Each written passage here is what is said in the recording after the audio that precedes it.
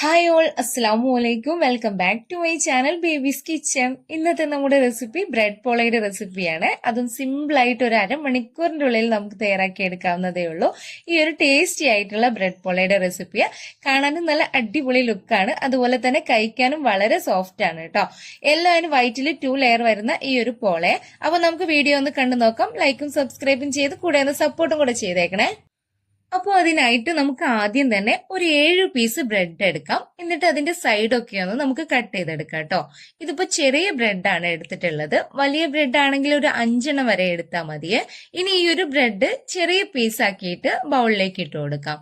എന്നിട്ട് ഇതിലേക്ക് ഒരു 1.5 കപ്പ് പാല് നമുക്ക് ഒഴിച്ചു കൊടുക്കാം. സാധാ ഫ്രിഡ്ജിൽ നിന്ന് എടുത്തിട്ടുള്ള പാല് തന്നെയാണ് ഒഴിച്ചു കൊടുക്കുന്നത്. എന്നിട്ടൊന്ന് കുതിർത്തി വെക്കാം, ഒരു സ്പൂൺ വെച്ചിട്ട് അമർത്തി കൊടുത്തിട്ട്. ഇനി നമുക്കിതിലേക്ക് ഒരു 7 മുട്ട എടുക്കാം. എന്നിട്ട് 7 മുട്ടയുടെ വൈറ്റും ഒരു യെല്ലോയും, അതായത് ഒരു എഗ് യോക്ക് കേട്ടോ, പൊട്ടിച്ചിട്ട് ഒഴിച്ച് ഇതിലേക്ക് കൊടുക്കാം ഈ ഒരു ബ്രെഡിന്റെ മിക്സിലേക്ക്.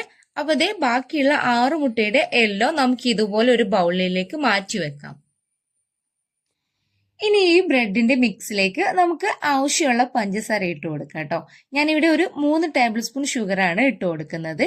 ഇനി ഇതിലേക്ക് കൂടുതൽ ടേസ്റ്റ് ഉണ്ടാകാൻ വേണ്ടിയിട്ട് ഒരു 2 ടേബിൾ സ്പൂൺ നിറയെ പാൽപ്പൊടിയും കൂടെ ചേർത്ത് കൊടുക്കുക.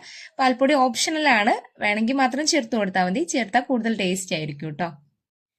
ഇനി ഏലക്കാപ്പൊടി നിങ്ങളുടെ കയ്യിലുണ്ടെങ്കിൽ അത് ചേർത്ത് കൊടുക്കാം. ഞാൻ അതിന് പകരം വാനില എസൻസ് 1/2 ടീസ്പൂൺ ആണ് ചേർത്ത് കൊടുക്കുന്നത്. ഇനി നമുക്കിതെല്ലാം കൂടെ ഒരു മിക്സിയുടെ ജാറിലേക്ക് ഒഴിച്ചു കൊടുക്കാം കേട്ടോ.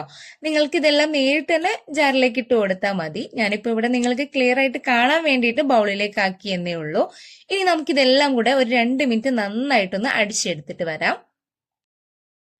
അപ്പോഴേക്കും മാറ്റി വെച്ചിട്ടുള്ള എഗ് യോക്കിലേക്ക് ഒരു ടേബിൾ സ്പൂൺ ഷുഗർ ഇട്ട് കൊടുത്തിട്ട് നല്ലപോലെ മിക്സ് ചെയ്തിട്ട് അത് നമുക്ക് മാറ്റി വെക്കാം കേട്ടോ. ഇനി നമുക്ക് ഇഷ്ടമുള്ള ഒരു പാത്രം എടുക്കാം. ഞാനിപ്പോ ഇവിടെ കേക്കിന്റെ ഒരു ടിന്നാണ് എടുത്തിരിക്കുന്നത്.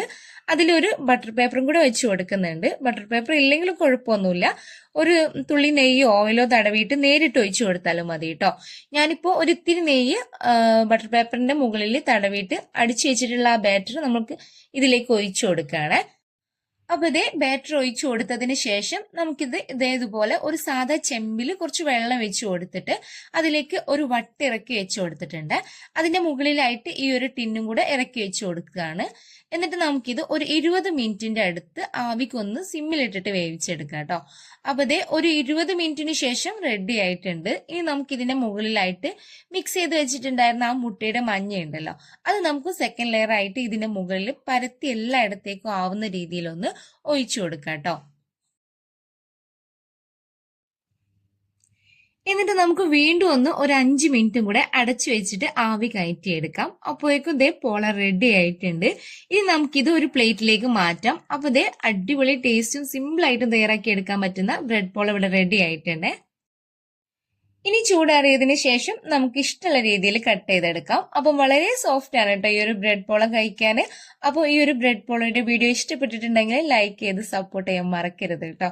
നിങ്ങൾക്ക് യൂസ്ഫുൾ ആയിട്ടുള്ള മറ്റൊരു വീഡിയോയുമായി വീണ്ടും കാണുന്നത് വരെ thanks for watching. Stay healthy. Bye from babies kitchen.